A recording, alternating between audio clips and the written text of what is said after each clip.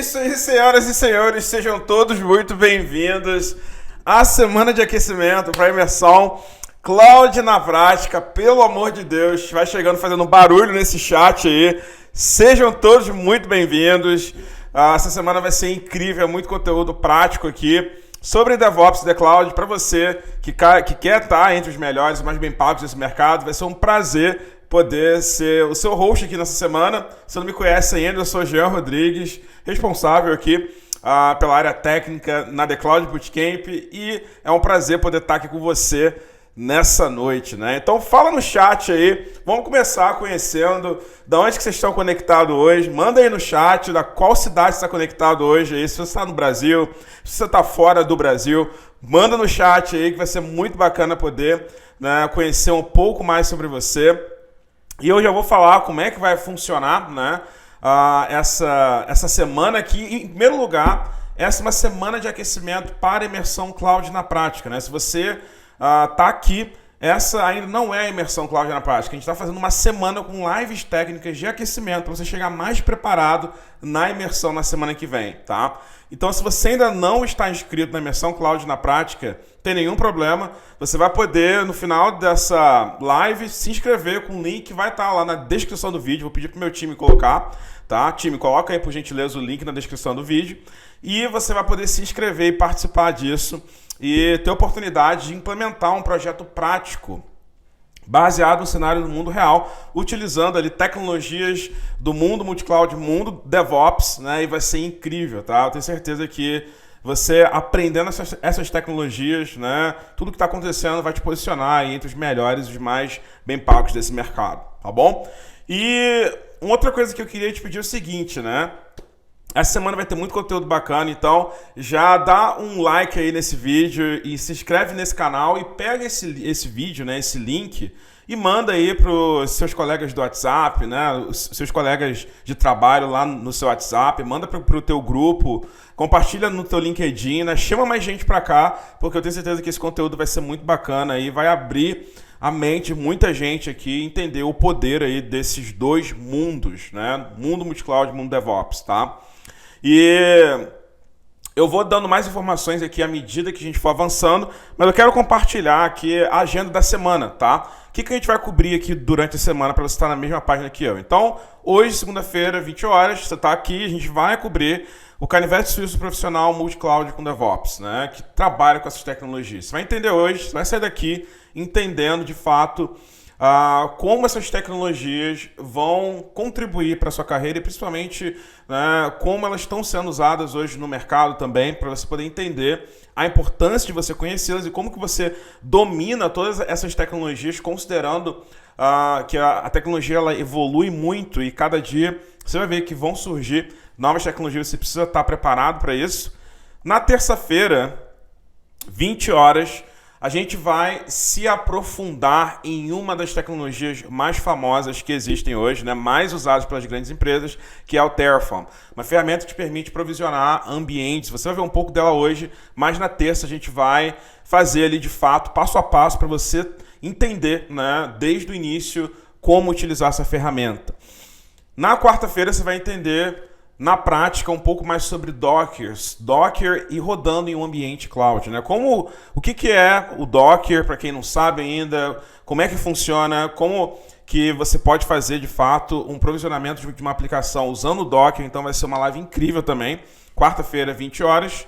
Quinta-feira a gente vai falar aí sobre Kubernetes, né? O orquestrador de containers mais famoso do mercado. Você vai entender na prática como utilizar e, de novo, alinhado com o ambiente cloud, né? Isso é importante você ver que tudo que a gente faz aqui está alinhando, né, dois grandes mundos, aí, o mundo multicloud com o mundo DevOps, que a gente entende que eles andam juntos. Então você vai poder ter a oportunidade de colocar sua mão na massa com o Kubernetes também, entender um pouco mais sobre a arquitetura e tudo mais. E na sexta a gente vai basicamente fazer mais mão na massa, mais hands-on com Terraform, só que dessa vez usando um outro provedor de cloud, usando a Google Cloud, tá? Então, basicamente, a gente vai cobrir essas tecnologias durante essa semana. Por quê? Porque na semana que vem, na imersão cloud na prática, você vai usar né, grande parte dessas tecnologias para a implementação do projeto prático. Então, lá na imersão, a gente vai focar 100% no projeto, né, no caso de uso que eu vou trazer. E aqui, nessa semana de aquecimento, uma preparação para você ter ali, de fato, o conhecimento base, né, fundamental que você vai precisar para utilizar na imersão, tá bom? E aí, curtiu o conteúdo? Se você curtiu esse conteúdo que a gente vai caminhar juntos aí durante a semana, manda aí aquele like para ver que você curtiu. E vamos para cima, tá? Já vamos para cima aqui do conteúdo. Um aviso rápido que eu quero te dar. Eu vou focar no conteúdo agora, tá bom? Mas meu time, ele tá no chat agora, minha equipe tá no chat. E você vai poder mandar as perguntas, né? Tem gente fera aí que vai poder te responder, tá? Eu foco no conteúdo aqui pra gente poder ir para cima. Beleza? Então vamos lá. Então hoje, como eu falei, né? A gente vai falar um pouco sobre o canivete suíço do profissional multi-cloud com DevOps, o profissional que atua com esses dois mundos. E para você que está aqui pela primeira vez, talvez, né, que não esteja tão a par, né, do que está acontecendo no mercado de tecnologia nesse momento, está acontecendo um grande movimento, né, o que eu chamo de uma nova era. Como você pode ver nessa reportagem da Computer World, multi-cloud será adotada por mais de 90% das empresas no mundo, né? E você já vai entender o que é multi-cloud, mas o fato é, você que está aqui como profissional de tecnologia, você precisa estar atento ao que está acontecendo no mercado nesse exato momento. E como você pode ver nessa reportagem, né, que é um estudo da Accenture, que é basicamente uma das maiores consultorias, hoje se posicionou como uma das maiores consultorias de cloud do mundo, ajudando grandes empresas a administrarem, gerirem e migrarem os seus ambientes para a nuvem. As empresas olham para as arquiteturas multi-cloud como forma de evitar dependência excessiva em um único fornecedor. É a sub-headline dessa reportagem, como você pode ver, né? E eu ainda vou além. Além de as arquiteturas multi-cloud evitarem, obviamente, dependência excessiva, mas eu acho que um dos benefícios mais legais também é que as empresas conseguem fazer uso do que há de melhor nos principais e mais relevantes provedores de cloud do mercado. E não é à toa que a gente tem visto cada vez mais os provedores de cloud fazendo parceria entre eles, como foi o caso da Oracle e da Microsoft, né? Da Oracle Cloud Infrastructure e da Microsoft Azure, fazendo uma parceria estratégica. Para quê? Para, de fato, criar um novo serviço e facilitar arquiteturas multi-cloud que agora, né, as empresas possam, de lá da própria Azure, de lá da console da Azure, possam criar um banco de dados Oracle, um Autonomous Database, dentro da infraestrutura da Oracle Cloud Infrastructure, e isso de forma transparente. Enquanto que os provedores de cloud se encarregam ali de cuidar da interconexão entre esses dois provedores para garantir uma baixa latência e coisas desse tipo. E não somente a Microsoft, Azure e a Oracle Cloud estão fazendo isso. A própria Google Cloud também criou um serviço novo chamado Google Cloud Anthos, e dentro desse serviço existe uma funcionalidade do Anthos que te permite criar e gerenciar clusters de Kubernetes. Você vai entender o que é Kubernetes ao longo dessa semana, se você não sabe, em múltiplas clouds. Então você pode ver aqui que o Anthos ele pode criar clusters na AWS, na Google Cloud, na Microsoft Azure, e ele consegue fazer isso de uma forma unificada. Então você vê que cada vez mais o que está acontecendo no mercado? As empresas elas estão adotando uma estratégia multi-cloud. Tá? E o que isso quer dizer? Basicamente que as empresas estão deixando de adotar somente um provedor de cloud, né? Como, por exemplo, a AWS, ou a Microsoft Azure, ou qualquer outro que seja, e elas estão começando a enxergar o que há de melhor nos principais provedores de mercado, utilizando o que há de melhor. Vou falar um pouco mais sobre multi-cloud para você entender, tá? E junto com o multi-cloud, cada vez mais o que? Vai surgir a necessidade das empresas inovarem, de fazerem as suas atividades de forma mais ágil, de forma mais otimizada. E com isso, DevOps, as tecnologias que estão no ecossistema DevOps, que fazem parte dessa cultura, estão cada vez mais em alta demanda.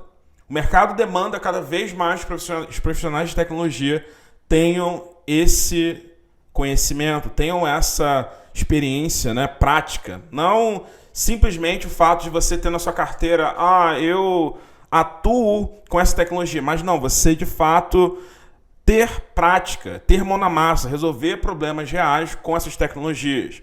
E como você pode ver, o mundo DevOps, né, o mercado de DevOps, está também setado para chegar a mais de 16 bilhões de dólares até 2026. Ou seja, existe uma grande oportunidade nesse exato momento e os profissionais de tecnologia que naturalmente estiverem preparados vão sair na frente.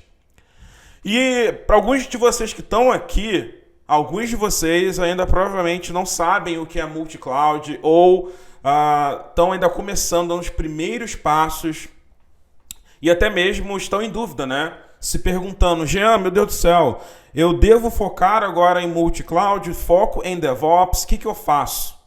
E a forma que eu quero te responder isso é fazendo uma analogia, tá? Eu quero que você entenda o seguinte, ó. Imagina que multi-cloud fosse a representação dessa casa, tá?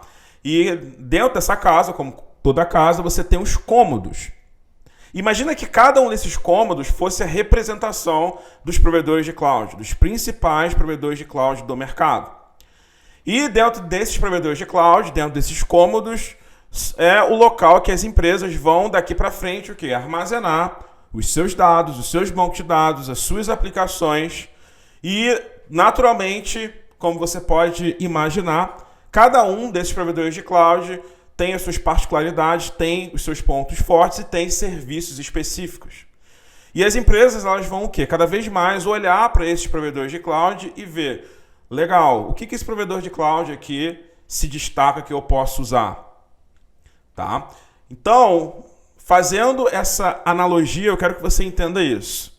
Assim como uma casa ela tem cômodos diferentes, daqui para frente, o que vai acontecer? As empresas elas vão também começar a adotar provedores de cloud, né, diferentes, 1, 2, 3, N, que vão de fato conseguir ali entregar o resultado de negócio que elas procuram. E onde que entram as tecnologias de DevOps? Então, se multi-cloud é a representação dessa casa e cada cômodo representa um provedor de cloud, imagina que DevOps agora, né, é o conjunto de tecnologias, práticas, cultura que vão fazer essa casa ficar mais inteligente. Jean, como é que vai ficar a casa? Como é que a casa vai ficar mais inteligente, né? Ela vai ficar mais inteligente como? Tendo mais automação, entregando o que precisa ser feito de forma mais ágil, conseguindo otimizar processos. Ou seja, as tecnologias que estão no ecossistema DevOps, elas são o quê? Elas são complementares ao que você vê hoje nessa analogia aqui dessa casa, o quê? Para deixar a casa mais inteligente, mais otimizada, mais robusta. Ou seja, se você for observar, não existe isso de ou tecnologia multi-cloud ou tecnologia DevOps. Esses dois mundos, eles caminham juntos. Então é muito importante que você entenda isso aqui, porque se você entender isso daqui para frente, você entender o motivo, tudo vai fazer sentido para você. Você vai entender exatamente o jogo que as empresas estão jogando no mercado, tá? E, de novo, aqui a gente vê uma comparação, a gente vê, né, obviamente, dois cenários e você vê que eles se complementam. E você pode estar se perguntando, Jean, bacana, mas como é que essas tecnologias que estão no ecossistema DevOps vão deixar a casa mais inteligente, na prática, né, de forma prática? E eu trouxe aqui 4 exemplos práticos para te mostrar, tá bom? Eu trouxe 4 exemplos práticos para te mostrar. E agora eu quero, nesse momento, a gente vai estar juntos essa semana, a gente vai estar juntos na semana que vem, mas nesse momento eu quero que você entenda, e perceba cada um dos exemplos que eu vou te dar aqui, né? O que aquela tecnologia, o que aquela ferramenta que eu estou te mostrando, o que ela faz, para que ela foi criada e como que ela pode te ajudar na sua carreira. Eu não quero nesse momento agora que você se preocupe com como, tá? Jean, como que eu vou provisionar, criar os arquivos de configuração do Terraform? Não se preocupe com isso agora. A gente vai falar sobre isso, eu vou fazer o como com você ao longo dessa semana. Mas hoje eu quero que você entenda o porquê de cada uma dessas tecnologias para que isso faça sentido para você daqui para frente. Por quê? Porque quando você entende o porquê de cada uma delas, a razão pelas quais as empresas estão utilizando, o como vira simplesmente você aprender a manusear e a operacionalizar essa tecnologia. É como se você começasse a se familiarizar mais com todos os cômodos da sua casa, com todas as automações que tem na sua casa, como, por exemplo, uma Alexa, que você fala com ela e ela acende a luz, por exemplo. Ou seja, coisas desse tipo, tá? Então, no primeiro exemplo que eu quero te dar aqui, e presta atenção, isso aqui é muito importante, eu trouxe alguns exemplos aqui de coisas que você já conhece com um contraste do que vai acontecer agora daqui para frente quando se trata dessa determinada atividade, como que isso vai ser feito daqui para frente em ambientes multi-cloud e utilizando tecnologias do ecossistema DevOps, tá? Então, como é que o provisionamento de infraestrutura ele vinha sendo feito até hoje, né? Muito simples. Você que está aqui, que trabalha com infra, você sabe que quando você queria ir lá, né, na sua infraestrutura fazer o provisionamento de uma máquina virtual, por exemplo, como é que você fazia isso? Você ia lá na console do seu VMware, por exemplo, e ia lá e clicava em criar máquina virtual. E se você tivesse que fazer isso para 100 máquinas virtuais, você ia fazer isso 100 vezes. Você ia clicar 100 vezes e ia criar a sua máquina virtual. E aí quando você vai para a nuvem, você olha também a console e você vê lá, poxa, legal, então na nuvem, na AWS, por exemplo, eu também consigo criar máquinas virtuais e eu posso ir lá simplesmente criar as máquinas virtuais da console e vai ficar por isso mesmo. E se você tivesse que criar, por exemplo, 100 máquinas virtuais na AWS com parte de um projeto, você tivesse somente 1 hora para isso? Será que você daria conta de criar 100 máquinas virtuais sem erros humanos, tá? Sem erro humano, em um curto espaço de tempo, de forma que você garantisse que o seu trabalho foi feito da forma certa? É por isso que surgiu cada vez mais, e essa tecnologia vai se fortalecer cada vez mais, a necessidade das empresas usarem uma ferramenta de infraestrutura como código. Uma ferramenta que permita que as empresas consigam provisionar sua infraestrutura de uma forma ágil, declarativa e sem necessariamente que os profissionais que estiverem fazendo isso precisem saber como programar. Então, com o Terraform, como é que funciona agora um provisionamento de uma infraestrutura? Em vez de você clicar em todos os botões possíveis e imagináveis para uma determinada atividade de provisionamento de recursos na nuvem, o que vai acontecer agora?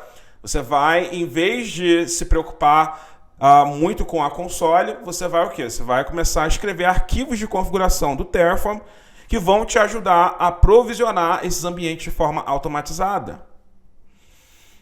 Como você pode ver nesse exemplo. Então, nesse exemplo aqui, é um clássico exemplo de quê? De um bloco de algumas linhas de configuração, 23 linhas de configuração de um arquivo de configuração do Terraform, que você vai aprender mais durante a semana, inclusive como criar esses arquivos e como provisionar esses ambientes. Então, já aperta esse like se você está empolgado para tudo que a gente vai viver essa semana e na próxima. Mostra aí que você vai, de fato, aproveitar isso aqui ao máximo. Então, com essas 23 linhas, você consegue o quê? 23 linhas de configuração, você consegue automatizar todo o provisionamento de uma máquina virtual que outrora você precisaria ali fazer vários cliques, vários comandos, né, para, de fato, conseguir fazer aquilo ali acontecer. E a máquina virtual aqui é só um exemplo de um paralelo com o mundo que a maioria de vocês já conhecem. Quando a gente fala de computação na nuvem, é uma infinidade de recursos e de possibilidades. Mas eu quero trazer algo aqui, como a gente está na semana de aquecimento, a gente tem tempo, eu quero trazer algo para que você veja o porquê. E para que serve principalmente para que você o quê? Entenda como essas ferramentas vão te ajudar na sua carreira. E por que, naturalmente, que as empresas estão usando. Então, nesse cenário que eu te dei agora, né, você vê o quê? Que claramente provisionar infraestrutura, né, em projetos de larga escala, quando se trata de computação na nuvem, você não vai usar a console do provedor de cloud, por exemplo. Você vai usar uma ferramenta para te ajudar a automatizar esse processo, tá? E o Terraform, ele é o número 1 dessa categoria hoje, e você vai entender por quê ao longo dessa semana, tá? E agora, o que eu vou fazer? Né? Afinal, uma semana prática, eu não quero que isso aqui seja uma semana teórica. O que eu vou fazer? Eu vou lá para a console da AWS agora e vou te mostrar isso na prática, né? Como que esse processo funcionaria. Mas, de novo, eu não vou nesse momento te explicar o como, eu vou te explicar o que está acontecendo, o porquê, o que essa ferramenta faz para que durante a semana a gente foque no como, tá bom? Então eu estou abrindo aqui a console da AWS. E aí nesse exemplo que eu te dei, né, imagina que você foi alocado em um projeto cloud e você tivesse que criar ali diversas máquinas virtuais para aquele determinado projeto. Se você fosse olhar para a console, você iria, né, à medida que você for evoluindo na computação na nuvem, é natural que você comece a conhecer os serviços. Você vai perceber que o serviço que cria máquina virtual na AWS é um serviço chamado EC2. Então, qual que seria a primeira coisa que você iria fazer? Você ia vir aqui e ia pesquisar. Pô, legal, então eu tenho que criar 100 máquinas virtuais, então eu tenho que pesquisar aqui por EC2. Entro lá em EC2, vou clicar aqui, né, em máquinas virtuais, ou Launch Instances, que está aqui em inglês, mas se você se sentir mais confortável, você pode mudar a console para português também, tá? Mas eu recomendo que você use a console em inglês para que você ganhe mais familiaridade, tá bom? Mas é super possível de trocar para português, tá? E aí você iria vir aqui e ia falar que, então eu quero criar máquina virtual, então eu vou vir aqui e vou clicar em Launch Instance. E aqui em Launch Instance eu vou passar todas as configurações dessa máquina virtual, né? Eu vou falar, qual que é o nome da minha máquina virtual? É o Application Server 1, por exemplo, App Server 1. Qual o sistema operacional dessa máquina virtual? Eu quero usar um Ubuntu Linux. E aí, à medida que você fosse avançando, né, a própria console iria te pedindo ali as configurações que você quer criar nessa máquina virtual, como por exemplo, quanto de CPU, quanto de memória você quer criar nessa máquina virtual, quanto de recursos computacionais você quer utilizar e diversas outras configurações, como redes e tudo mais, né? Mas agora faz um exercício comigo. Imagina se você tivesse que fazer isso centenas de vezes e você recebeu ali como prioridade uma atividade que você precisa entregar em um curto espaço de tempo. Será que isso seria possível, escalável? Será que é de fato assim que as empresas fazem no mundo real? Por quê? Porque se você quer estar entre os melhores, você quer trabalhar ali em grandes projetos, cloud, e naturalmente ter um reflexo positivo disso na sua carreira, você precisa entender o que o mercado faz. Não adianta eu vir aqui e ficar só te ensinando a criar máquina virtual na console, se eu sei que lá no campo de batalha não vai ser isso que você vai precisar simplesmente, tá? Não estou dizendo que você nunca vai criar máquina virtual pela console, não. Você pode até criar para ambiente de teste, para testar alguma funcionalidade, mas no campo de batalha não é assim que funciona. E como é que você faria, então, se não fosse, né, através aí de uma máquina, de uma console, por exemplo? Você poderia usar o Terraform. Como que seria isso? Então, vai ser exatamente isso agora que eu vou te mostrar. E, de novo, eu vou te mostrar aqui o resultado disso. Não vou te mostrar o como, porque o como a gente vai fazer durante a semana, tá? Mas nesse exemplo, se você quisesse, por exemplo, fazer o provisionamento de uma máquina virtual usando o Terraform, você precisaria ter o Terraform instalado naturalmente ou no seu computador ou no seu Cloud Shell. Vou dar um exemplo aqui com o Cloud Shell, tá? E aí, o que você iria precisar? Você ia precisar ter um arquivo de configuração listando ali os recursos que você quer criar no seu ambiente cloud. Então, eu já tenho o meu arquivo de configuração aqui, dizendo que eu quero criar, né, uma máquina virtual lá dentro da AWS, tá? E eu iria vir aqui onde o Terraform está instalado, iria simplesmente executar 2 ou 3 comandos, tá? 2 ou 3 comandos. O primeiro deles, Terraform init, para inicializar esse ambiente. E eu já vou direto para o terceiro comando, Nas lives de Terraform eu vou te falar de um segundo comando que eu uso antes desse último comando, mas eu já vou para o último para você entender como essa ferramenta funciona, que é o Terraform Apply, né? Quando você faz o Terraform Apply, o que vai acontecer? O Terraform ele vai se conectar com o seu ambiente na nuvem, vai ler o arquivo de configuração com tudo que você quer criar na nuvem. Nesse caso aqui a gente quer criar uma máquina virtual lá na AWS, e ele vai te perguntar uma confirmação e você vai dizer yes, né? E aí, voltando aqui na console agora, se você for perceber, a gente voltar aqui para a console, você vai ver que não tem nenhuma máquina virtual rodando nesse momento. Tá vendo? Não tem. 0 máquinas virtuais. E aí, quando eu rodo o Terraform Apply e eu confirmo, eu dou um yes, olha só que louco que vai acontecer. O Terraform ele vai iniciar o processo de provisionamento dessa máquina virtual. E em menos de 1 minuto, normalmente, esse ambiente ele vai estar pronto. E o que é mais legal, nesse exemplo aqui, é claro, é um exemplo simples, mas o mesmo exemplo se aplica para um exemplo complexo também, onde você tivesse 100, 200, 300 máquinas virtuais ou recursos para criar, né, em um curto espaço de tempo. Por quê? O Terraform ele faz isso tudo em paralelo, ele não é sequencial igual o ser humano. O ser humano ele precisa o quê? Ele precisa lá, passo a passo, criar ali. Se você tivesse que criar toda essa infraestrutura, você ia ter que ir passo a passo. O Terraform ele consegue fazer isso tudo de forma automatizada e paralela, tá? Então, se você voltar aqui agora na console da AWS, você vai ver que já tem uma máquina virtual sendo provisionada. Então, com isso, você vê que com um arquivo de configuração, que você vai aprender como escrevê-lo ao longo das próximas semanas, né, dos próximos dias, na verdade, como utilizá-lo, né, com um arquivo de configuração e com um comando, tá? Um ali para inicializar, mais um comando para de fato consumar, você tem uma infraestrutura rodando na nuvem em segundos, tá?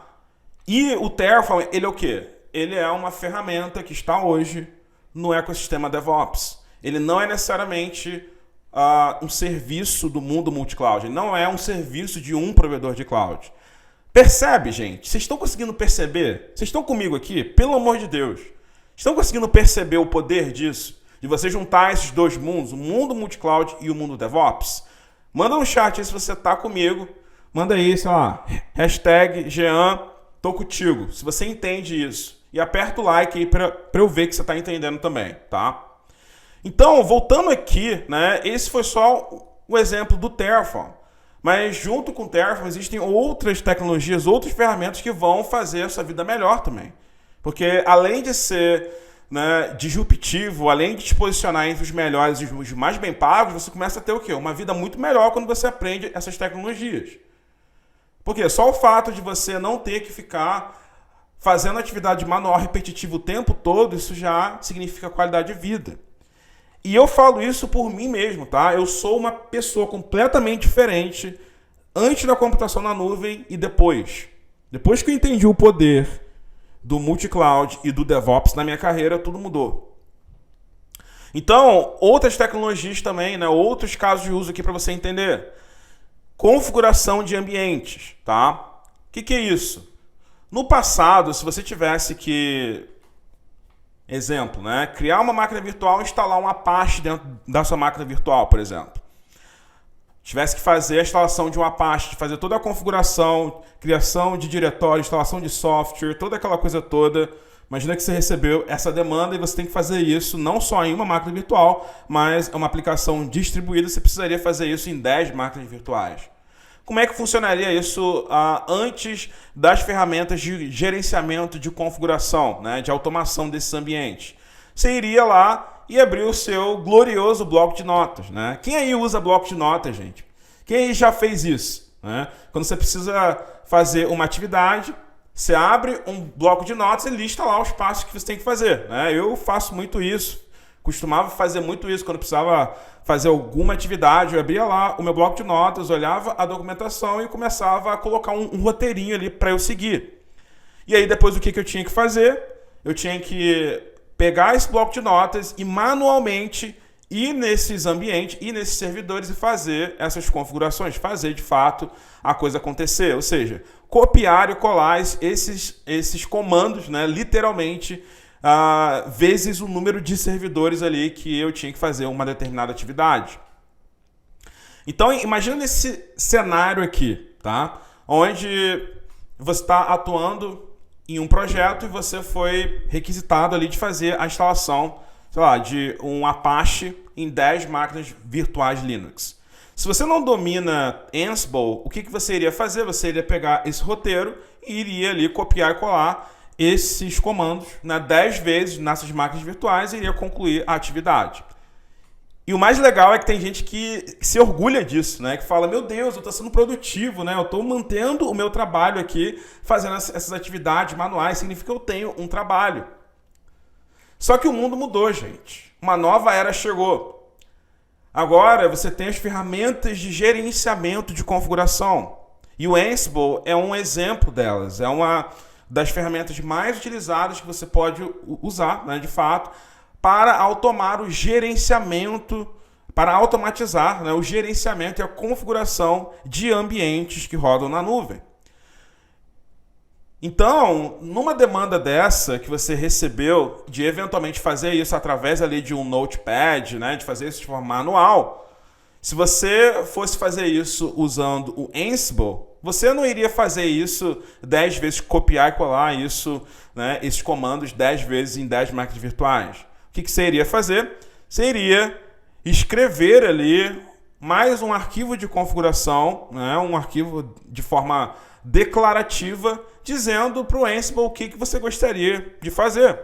E é literalmente isso. Você fala para ele o que você quer fazer, em quantos servidores você quer fazer, e ele vai lá e faz para você. Simples. Então, como que funciona o Ansible, né? O Ansible, ele vai justamente o quê? Ele vai se conectar nos servidores que você quiser ali fazer a configuração e vai executar todas as tarefas que você quiser, sem que necessariamente você precise criar um script, né, customizado para cada atividade, sem que você tenha que se conectar manualmente em cada uma das máquinas. Ou seja, ele faz todo o trabalho que você teria que fazer manualmente. E nesse exemplo aqui, né, de 10 máquinas virtuais, é até às vezes factível você fazer manualmente, mas imagina se você tivesse que fazer isso para 100 máquinas virtuais em cada ambiente, como eu já vi, né? 100 máquinas virtuais para ambiente de produção, 100 para ambiente de desenvolvimento, 100 para ambiente de teste, por exemplo. Será que seria escalável? Não seria, né? Até mesmo, eu lembro até hoje, no projeto da American Airlines, a gente teve que fazer a configuração dos ambientes Siebel muito rápido e eram muitas máquinas virtuais. E a gente usou o quê? O Ansible. Então, o Ansible ele veio para mudar o jogo. E como é que funciona o Ansible, né? Vamos de novo aqui na prática, tá? Agora, esse exemplo do Ansible eu não vou mais te mostrar na AWS, muito embora você poderia fazer isso na AWS também. Eu vou te dar esse exemplo agora em um outro provedor de cloud. Por quê? Porque eu quero te mostrar que tudo que você está aprendendo aqui se aplica tanto para um contexto multi-cloud, tá? Se aplica tanto para a AWS, tanto para Azure, tanto para Google Cloud, quanto para a Oracle Cloud Infrastructure, quanto para as ferramentas do ecossistema DevOps que você está aprendendo, tá? Então, vamos supor aqui nesse exemplo agora que você recebeu agora uma outra requisição e dessa vez você não vai atuar na AWS. Dessa vez você vai atuar na Oracle Cloud, tá? E aí, imagina que essa requisição que chegou para você foi do seguinte. Olha só, você precisa fazer toda a configuração de servidores web, de web servers, fazer toda a parte de configuração, né, de configuração de permissão, de instalação do Apache, de configuração de fato do firewall para permitir que o Apache ele seja acessado uma vez que esteja configurado. E você precisa fazer isso de forma automatizada, porque a demanda é grande e você tem pouco tempo para concluir. E você precisa fazer isso na Oracle Cloud Infrastructure. Tá? E aí, nesse exemplo que eu vou te dar aqui agora, vai ser exatamente assim. Imagina que você tem 2 web servers que já foram provisionados na Oracle Cloud Infrastructure usando o Terraform, tá? Imagina que eles já foram provisionados usando o Terraform de forma automatizada e agora a sua missão é o quê? Fazer a configuração do Apache dentro desses web servers sem que você tenha que se conectar neles, sem que você tenha que fazer tudo manualmente. Como é que você faria isso? Você usaria o Ansible, tá? E eu vou te mostrar agora de novo, né? O que o Ansible faz e não o como, tá bom? Foca para entender o que ele está fazendo para você entender o poder disso e aí sim a gente poder ir para o como. Então, como que isso funcionaria ali de forma prática, tá? Eu usaria o Ansible que já está instalado aqui dentro do Cloud Shell na Oracle Cloud Infrastructure, que é como se fosse um terminal na web, e já vem com algumas ferramentas pré-instaladas, tá? E, naturalmente, para você usar o Ansible, você precisaria criar um arquivo, tá? O arquivo ali que tem todas as configurações e tarefas que você quer fazer. Esse arquivo se chama Playbook, tá bom? Playbook. E para isso você precisa criar esse arquivo e listar dentro desse arquivo o que você quer que o Ansible faça. Então, de uma forma geral aqui, dando um overview para você entender, vou entrar aqui na pasta que eu já tenho um playbook criado de novo. O meu foco aqui não é te mostrar como fazer, tá? Segura a ansiedade do como para durante a semana, tá bom? Que a gente vai estar juntos nisso.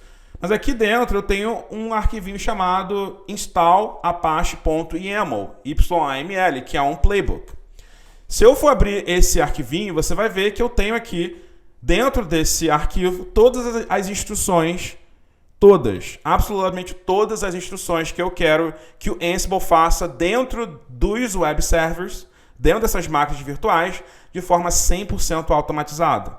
E a gente vai rodar isso na prática agora. Tá? Então aqui a gente tem o quê? Uma task, né? A gente tem esse bloco aqui de tasks, que são as tarefas, digamos assim. E é literalmente o que o nome diz.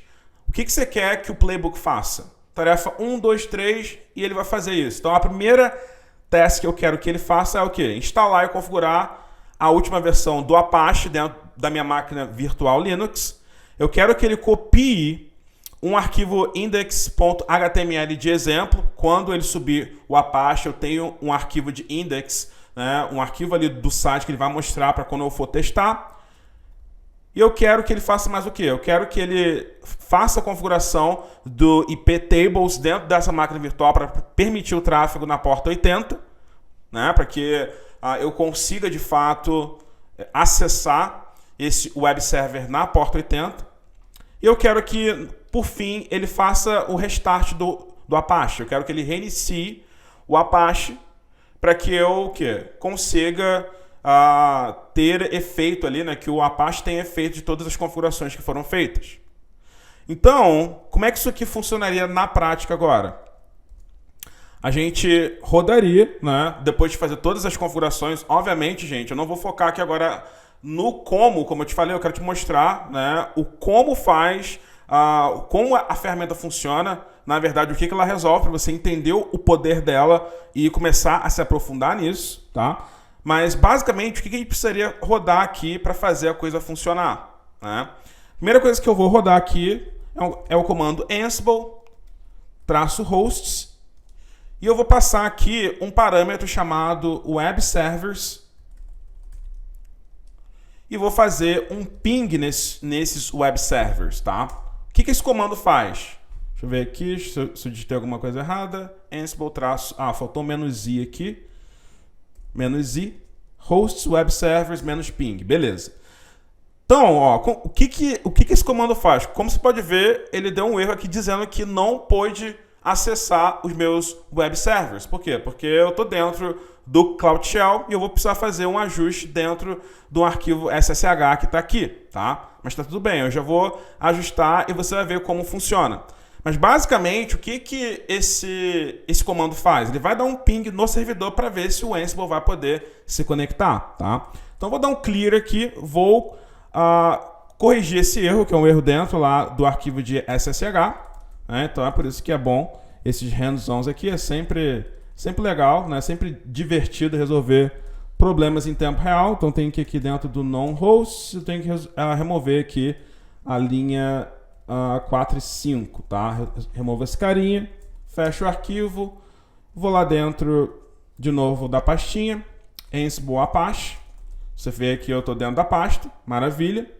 Então aqui eu vou agora o quê? Executar novamente esse comando, tá? E aí, até antes de executar, uma coisa que eu quero te mostrar aqui é que dentro dessa pasta você vai ter um arquivo chamado hosts. E aqui dentro desse arquivo hosts é onde você o quê? Lista de fato os web servers que você quer que o Ansible se conecte. Então você tem aqui ó, Web Server 1, Web Server 2, que são os web servers que estão lá dentro da Oracle Cloud Infrastructure. Tá? Então aqui eles já estão configurados aqui para mim. E é dessa forma que o Ansible vai saber como se comunicar com essas máquinas virtuais. Então limpando aqui, vamos reexecutar o Ansible Ping agora, para ele poder fazer um teste de conectividade com as máquinas virtuais. E ele vai perguntar se eu quero permitir a conexão SSH, eu vou dizer que sim. E ele vai tentar dar um ping, ver se consegue estabelecer uma conexão com essas máquinas virtuais. Se ele conseguir, ele vai retornar como sucesso, né? Ele vai dizer, bacana, funcionou, tá? E aí, se tiver algum problema ainda na configuração, ele vai retornar um erro, como deu aquele erro SSH, para que a gente consiga corrigir ali, né, de fato, e dar continuidade.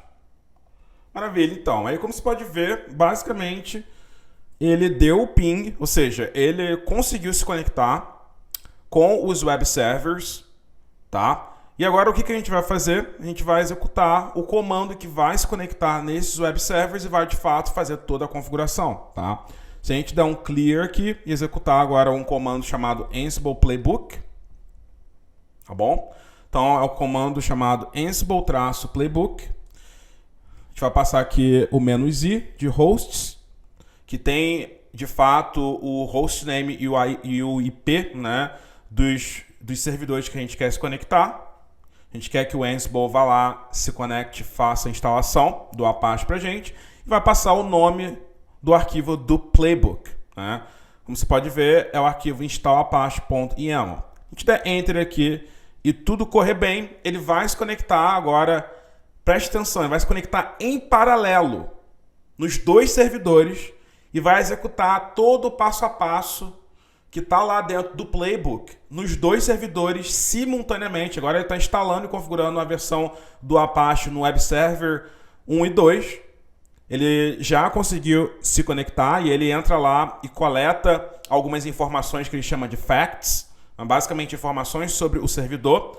Quando ele coleta esses facts, significa que ele já conseguiu entrar no servidor para fazer a configuração e agora ele está lá rodando, provavelmente dentro do Ubuntu, rodando ali um apt get install e o nome do pacote para poder instalar todo esse ambiente, né? Configurar todo esse ambiente. E aí, nesse momento, né, é o momento que quem domina multi-cloud, quem domina DevOps, consegue ir tomar aquele café e deixar as máquinas trabalharem por você. Né? E aí, como você pode ver, meu Deus do céu, já terminou isso mesmo? Já terminou, gente. Esse é o poder do Ansible, né? Isso me empolga até hoje, né? Eu já usei o Ansible bilhões de vezes, mas isso me empolga até hoje quando eu vejo. Você vê, basicamente, o que o Ansible fez aqui? Ele entrou lá no Web Server 1 e 2, configurou, instalou e configurou a última versão do Apache, aplicou a permissão no diretório, copiou o arquivo index de exemplo, permitiu o tráfego na porta 80 e retornou aqui pra gente com OK, né? E aí você pode estar se perguntando, Jean, será mesmo que funcionou? Vamos ver então, vamos ver aqui, vamos voltar aqui na console da OCI, vamos copiar o IP público desses dois servidores e ver se o Apache vai responder. E tá lá, ó, The Cloud Bootcamp, Welcome to Web Server 1. Vamos ver os dois agora, ver se ele subiu de fato. Copiar. Colar aqui. E tá lá. The Cloud Bootcamp, Welcome to Web Server 2. Ou seja, esse é o poder do Ansible, gente. Pelo amor de Deus. Curtiu? ver o poder disso, aperta esse like aí, faz alguma coisa, faz algum barulho aí para eu poder entender. E não para por aí, né? Com cada vez mais as empresas precisando automatizar os seus processos, precisando deixar a casa mais inteligente, agora você começa a ver por que as tecnologias DevOps elas deixam a casa mais inteligente, elas deixam os ambientes multi-cloud mais inteligentes. Você vê que o quê? Cada vez mais esses dois mundos eles vão andar juntos. E tudo que eu fiz na AWS, lá no Terraform, e tudo que eu estou fazendo no Ansible agora, eu usei provedores de cloud diferentes para você ver o poder de você dominar os principais players de cloud do mercado. Você navega entre eles com muita facilidade. Por quê? Porque você domina, né, algo que eu vou falar já, que são os blocos de construção e os serviços core, tá? Que é algo principal que você precisa ter em mente. E como eu te mostrei aqui, basicamente o Ansible ele poderia também rodar para fazer algum tipo de configuração em qualquer outra nuvem, tá? Então esse é o poder aí dessa ferramenta. E as coisas mudam também cada vez mais no formato que as empresas entregam as suas aplicações, né? Então, no mundo atual, a maioria de vocês conhecem o quê? Conhecem as aplicações sendo entregues dentro de máquinas virtuais, como nesse exemplo aqui que eu dei agora. Mas cada vez mais, com a computação na nuvem, as empresas estão buscando uma forma eficiente de entregar as suas aplicações. Por quê? Quando você precisa entregar uma máquina virtual, tá, para que uma aplicação consiga ir no ar, esse processo ele é custoso. Por quê? Porque você precisa provisionar a máquina virtual, isso leva tempo, mesmo que você use automação, isso leva tempo, isso consome recursos computacionais que não são poucos, né? Você precisa de disco para cada máquina virtual, você precisa manter essas máquinas virtuais, administrar elas, aplicar patch, ou seja, é um esforço para as empresas mesmo na nuvem. E por conta disso, as empresas começaram a ver o quê? A gente precisa ter uma forma mais otimizada de levar as aplicações para a nuvem. E aí, cada vez mais, você vê que as tecnologias de containers, os containers, eles começam a ganhar cada vez mais espaço, que é o caso aqui do Docker, né? Então, como é que as empresas agora elas estão entregando as aplicações? Através da utilização de containers, onde você consegue o quê? Encapsular ali o código da aplicação, empacotar ele junto com as bibliotecas, sem necessariamente ter que carregar o kernel do sistema operacional inteiro e fazer esse provisionamento de uma forma muito otimizada e muito rápida na nuvem. Então você vai ver que o quê? Que cada vez mais as empresas vão passar a adotar containers, isso já está acontecendo, se você olhar as pesquisas, isso já mostra que existe uma curva de crescimento muito mais acelerada da utilização de containers e uma decadência, digamos assim, né? Ou uma queda da utilização das máquinas virtuais. Jean, quer dizer que agora as máquinas virtuais não vão ser mais usadas? Claro que não. O que eu estou dizendo é que as máquinas virtuais vão ser utilizadas cada vez menos e somente para casos de uso muito específicos onde as empresas não conseguem usar containers. Então, mantenha-se em mente. E, como a gente quer focar na parte prática, né, eu trouxe um exemplo aqui para você entender isso na prática, tá? E qual que vai ser esse exemplo agora? Certo? Vou abrir aqui, basicamente, a console. E esse exemplo que eu vou te dar agora não vai ser na AWS e não vai ser na Google Cloud, vai ser na Azure. Tá? A gente está agora em um outro cômodo da casa. E aí aqui na Azure, imagina que você está agora em outro projeto e nesse projeto você teve a missão aí de fazer um provisionamento de uma aplicação usando o Docker. Tá? Você não vai fazer mais isso de forma tradicional. Ir lá, criar máquina virtual, coisa desse tipo. Não, você vai usar o Docker para isso. Então, como é que você faria isso na Azure, por exemplo? Aqui na Azure você tem um serviço chamado App Service, por exemplo, um deles, né? Um dos serviços que você poderia usar. Você poderia vir aqui no App Service, vir aqui em criar. Olha só quanto tempo a gente vai levar para provisionar uma aplicação. Você pode vir aqui em criar e você vai selecionar em qual grupo de recursos você quer provisionar o seu ambiente, que é nada mais nada menos do que uma organização lógica que você pode dar para os seus recursos. Você vai dar um nome para a sua aplicação, para que ela tenha uma URL. Então, a gente pode colocar um nome teste aqui, né? Só para fins de hands-on. E aqui, ó, em opção de publicar, o que você vai falar? Eu quero usar um container, né, para fazer o provisionamento dessa aplicação. E aí você vai falar para o Web Service qual container que você quer usar. Você vai falar para ele aonde que você quer fazer o provisionamento dessa aplicação, se é nos Estados Unidos, se é no Brasil ou em outra parte do mundo. Você vai falar para ele quanto de memória você quer que seja disponibilizado para esse container, quanto de recurso computacional. Você vai clicar em próximo e ele vai te perguntar qual é o container que você quer usar para provisionar, né? No mundo real, você viria aqui e você iria naturalmente mudar a image source, e você vai aprender o que é uma imagem, um pouco mais sobre Docker também nas próximas lives de aquecimento, mas você poderia vir aqui e selecionar a imagem que tem o quê? Os arquivos da sua aplicação para que o Docker use no provisionamento, para que o Web Service use nesse provisionamento. No nosso caso, a gente vai usar uma imagem exemplo aqui da própria Microsoft para você ver. E aí você vai vir aqui e vai manter aqui o exemplo como Nginx, que é o exemplo que a gente vai usar. E você pode vir aqui em Review e Create, clicar em Create e ele já vai criar, né, esse serviço para você, e isso leva alguns segundos, tá? Para ganhar tempo, o que eu fiz? Eu já criei esse serviço. Se você for clicar aqui, já tem esse serviço rodando. E se você ver, ele já te dá uma URL, que você consegue clicar aqui e ele já vai o quê? Ele já vai por detrás dos panos ali, né? Durante o processo de provisionamento. Ele vai fazer o provisionamento desse container e quando ele for provisionado, ele vai te dar uma URL para você poder acessar a sua aplicação, tá? Então, enquanto ele está subindo, algumas coisas muito interessantes que eu quero te mostrar aqui nesse serviço, tá? Então, você vê, em primeiro lugar, a velocidade que você ganha na hora de provisionar uma aplicação. Você viu aqui que em nenhum momento eu criei máquina virtual. Ou seja, você elimina já a necessidade de quê? De ter que criar a máquina virtual, depois gerenciar essa máquina virtual e coisas desse tipo, tá? Aqui, ó, do lado esquerdo, você tem diversas outras funcionalidades que te permitem personalizar a sua aplicação. Como, por exemplo, dar um domínio próprio para ela.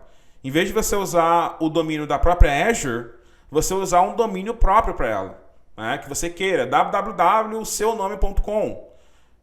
Isso acontece ali de forma muito rápida, além de todas as outras configurações de certificado, rede, que você consegue fazer de forma muito rápida, escalar a sua aplicação também, né, colocar mais recursos nela, escalar tudo de forma muito rápida e transparente, sem ter que gerenciar máquinas virtuais.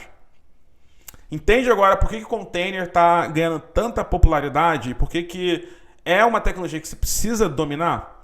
Então, se você vier aqui, ó, a gente já clicou na URL, ele já abriu a aplicação aqui para a gente. Ó. Como você pode ver, é uma aplicação de exemplo da Azure e ele abriu aqui na minha URL, mas o que está acontecendo no final das contas? O que está acontecendo por detrás dos panos? Essa aplicação que abriu aqui agora é uma aplicação que está rodando dentro de um container. Dentro de um container no serviço de App Service. Ou seja, a gente não está rodando essa aplicação diretamente em uma máquina virtual. O que é fantástico. O que é exatamente o que as empresas estão fazendo, né? E aí, falando de container, a gente não pode deixar de falar também de a orquestração desses containers, né? Você vai ver cada vez mais isso, tá? Então, para a gente concluir Docker aqui, você vai ver que o quê? Cada vez mais as empresas vão fazer utilização de containers, vão provisionar containers para entregar as suas aplicações e garantir, né, que isso seja feito de forma muito leve, né, de forma muito escalável. Faz sentido, gente, o que eu estou falando? E por fim, aqui o último exemplo, né, que eu quero te dar. Eu poderia ficar aqui a noite toda te dando exemplo, mas eu sei que a gente tem uma agenda para cumprir durante essa semana. Tem muita coisa boa vindo essa semana. Faz barulho aí, aperta esse like se você está curtindo esse conteúdo, se você está empolgado porque a gente vai viver essa semana. Mas a gente não poderia deixar de falar aqui também de um fator muito importante, né? Que é o quê? O fator orquestração. E orquestração, algumas pessoas elas não entendem às vezes muito bem isso. Por quê? Porque elas não entendem que isso não é novo.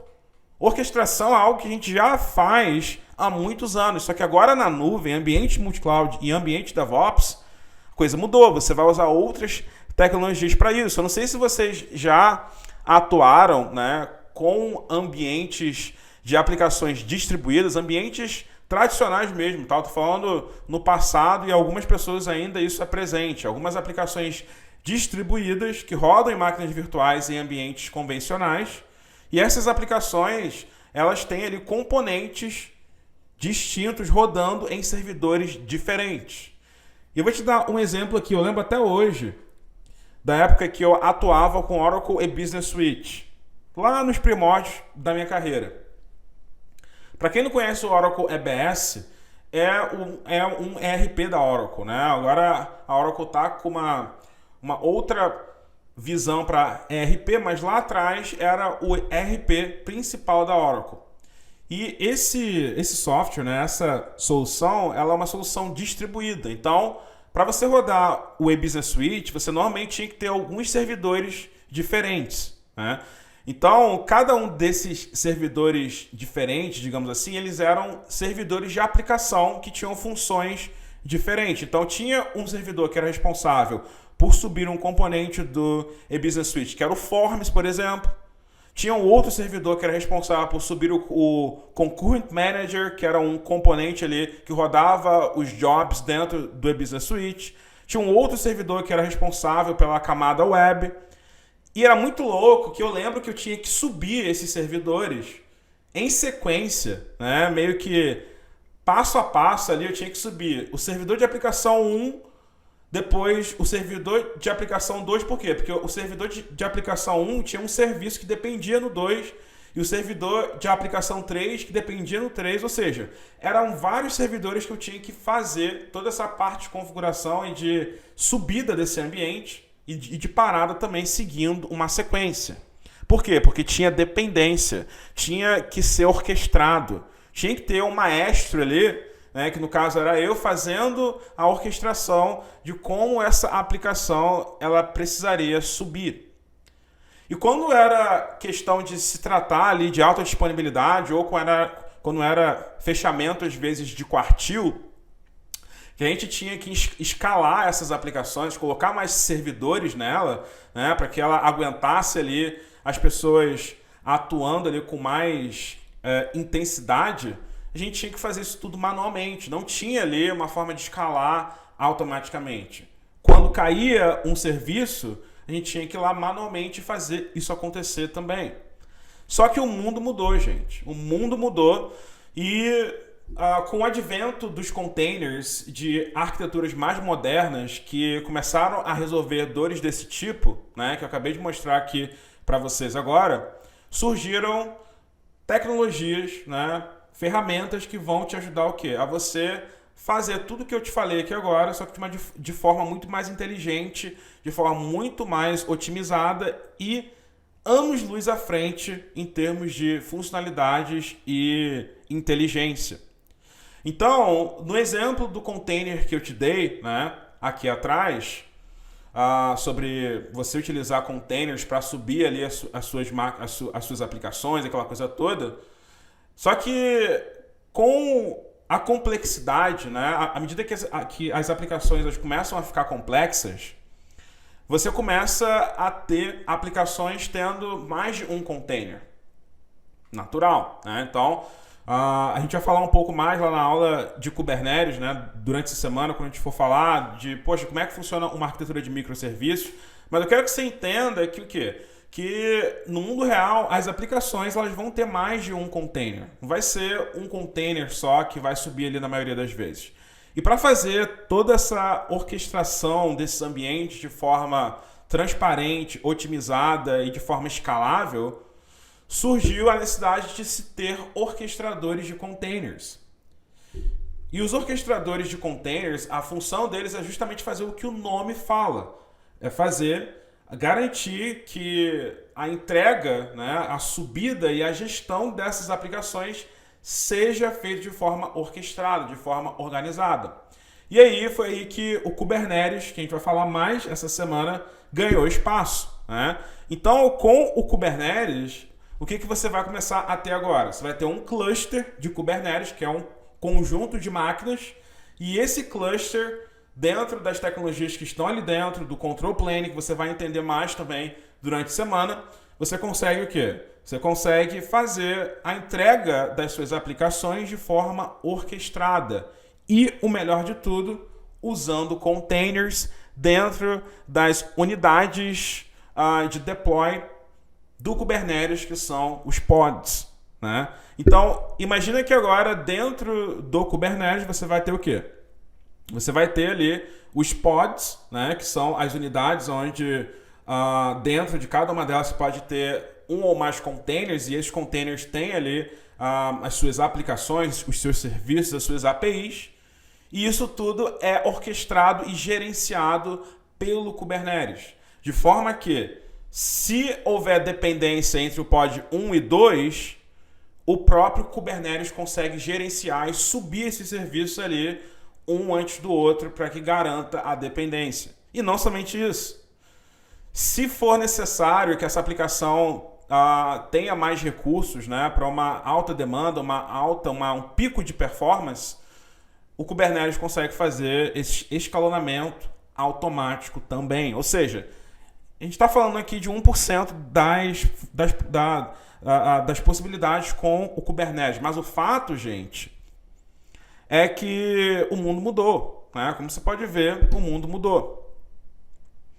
E aí você pode estar até se perguntando, Jean, pô, bacana, e essas tecnologias, elas estão no mundo multi-cloud também? Existe também no mundo on-premises? Existem as tecnologias DevOps no mundo on-premises? E, claro, existe, porém, presta bem atenção nisso aqui que eu vou te falar agora.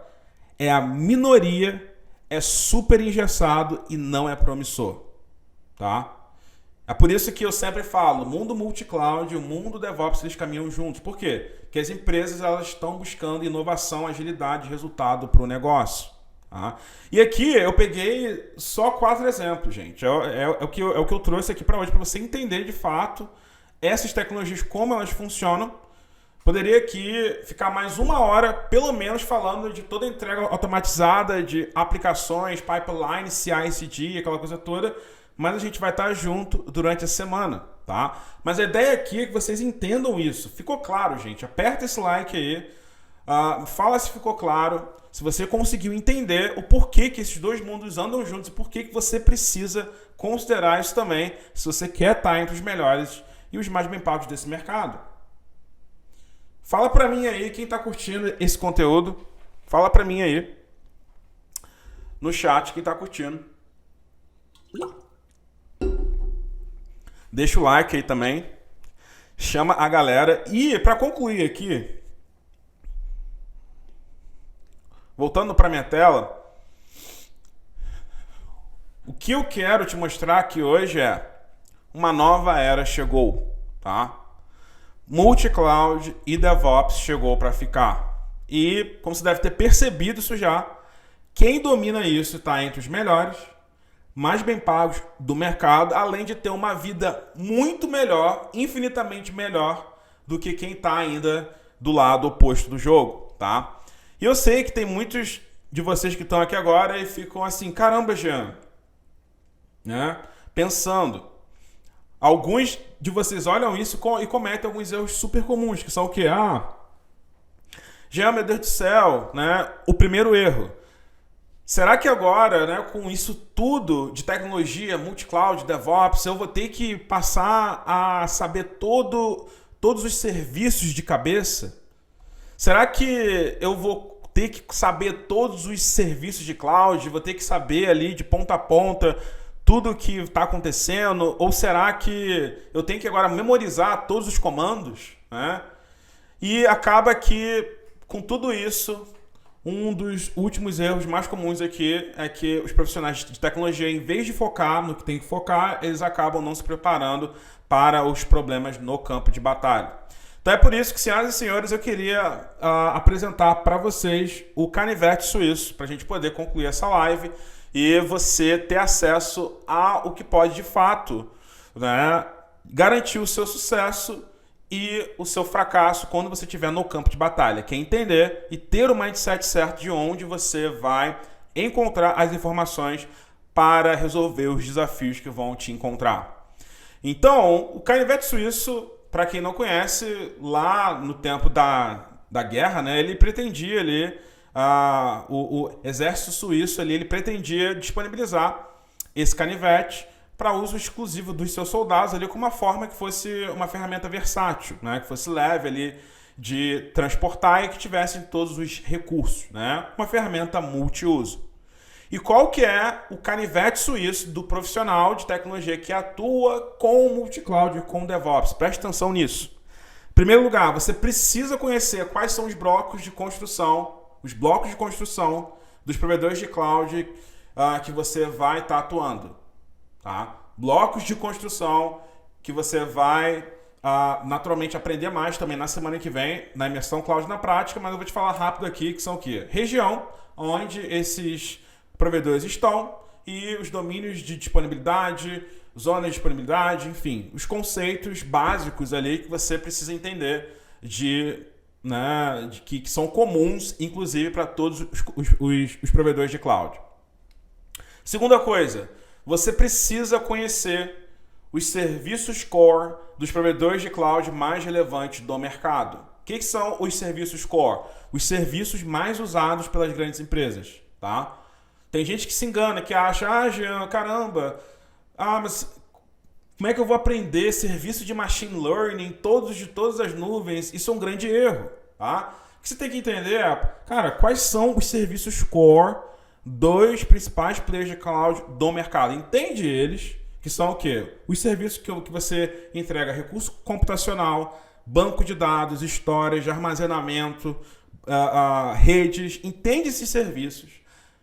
E, à medida que você for atuando em projetos, tá? Você vai o quê? Você vai se aprofundar naqueles que forem relacionados à sua função ou aqueles que forem relacionados a uma necessidade do projeto. Ponto. Gente, vocês não sabem, vocês não têm ideia do poder disso. Se você entender isso, você domina o jogo multi-cloud de ponta a ponta.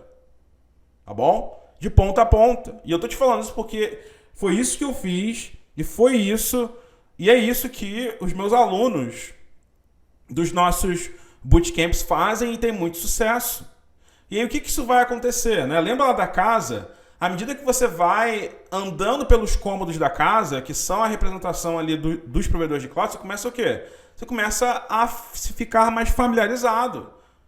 A primeira vez que você entra num cômodo, às vezes você não sabe onde é que está o interruptor ali para apertar aquele botão e acender a luz, mas na segunda vez você já sabe. Então, esse é o poder de você aprender a coisa da forma certa e ter o mindset certo, tá? E, em segundo lugar, você entender também a documentação e conhecer bem a documentação dos principais players de cloud do mercado e das tecnologias que estão no ecossistema DevOps. Muito importante que você conheça bem a documentação, porque é de lá que você vai extrair tudo o que você precisa para atuar nesse mundo, tá? Todos esses exemplos que eu dei aqui hoje, adivinha de onde eu tirei? Adivinha de onde eu consultei para poder montar esses exemplos aqui para vocês hoje? Você acha que eu fico gravando Ansible Playbook, -i, host? Não, eu não quero saber de gravar comando. Eu quero, de fato, entender como eu resolvo esse problema de negócio com essa tecnologia e como eu faço a minha vida melhor com isso. Então, quando você faz isso, você entende isso, você começa a praticar isso, a sua vida muda completamente, drasticamente. E você começa a ficar entre os melhores. Porque parece mentira, gente, mas por incrível que pareça, 90% das pessoas, dos profissionais de tecnologia que eu já tive a oportunidade de conviver, não sabem usar a documentação e não sabem encontrar solução para os problemas quando eles acontecem. Isso é forte. Mas é verdade. E eu não tô falando só do Brasil não, tá? Eu atuei aqui na Oracle nos Estados Unidos por 4 anos. E a verdade se aplica, né, para grande parte das pessoas que eu atuei aqui também. Então a minha função aqui é o quê? É te ensinar a pensar também. Porque quando você aprende a pensar, nada mais te para. Então, além da documentação, você vai ter o quê? Você vai ter as ferramentas de produtividade também, que nesse caso é o VS Code, que eu vou te pedir para você instalar para os próximos dias, tá bom? E eu vou te entregar agora, de fato, no final dessa live, esse documento, tá bom? Que tem o Multi-Cloud Toolkit, onde você vai poder clicar aqui em cada um desses botões. Ó, se você clicar aqui, você vai para as documentações. E aqui também você vai receber o comparativo de serviços para você poder começar a entender o comparativo entre os serviços das nuvens, né? O que é um serviço de uma outra nuvem. Então são ferramentas poderosíssimas. E vou te dar também algumas ferramentas no toolkit de DevOps, onde você vai poder ali também ter acesso a toda a documentação, todos os recursos necessários para você, inclusive, poder, né, reproduzir o que eu fiz aqui hoje, tá? Então, com esses dois toolkits aqui, gente, Multi-Cloud Toolkit e DevOps Toolkit, pelo amor de Deus, você não tem como você ficar perdido ou achar que tem muita coisa se você dominar bem e tiver com esse mindset, tá?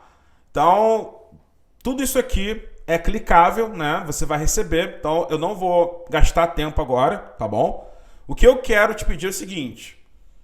Aqui, no penúltimo slide, no último slide, na verdade, eu deixei um link para você baixar o VS Code, tá bom?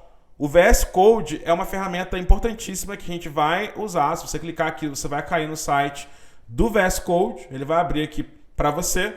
Você vai poder instalar aí no seu computador, seja Windows, Linux, Mac, não importa, tá? Você vai instalar ele aí. E o VS Code basicamente vai ser o nosso amigo aí nos próximos dias. Por quê? Porque não acaba aqui, né? Como eu te falei, a semana vai ser longa, vai ser intensa, conteúdo prático aqui para você, de fato, começar a ter a base que você precisa para a semana que vem implementar o projeto prático baseado no cenário do mundo real na imersão Cloud na prática. Tá? Então vai lá, instala o VS Code. Quando você instalar, né, você vai ter uma ferramenta que se parece um pouquinho com isso aqui. Ó. Deixa eu abrir aqui um exemplo para você ver.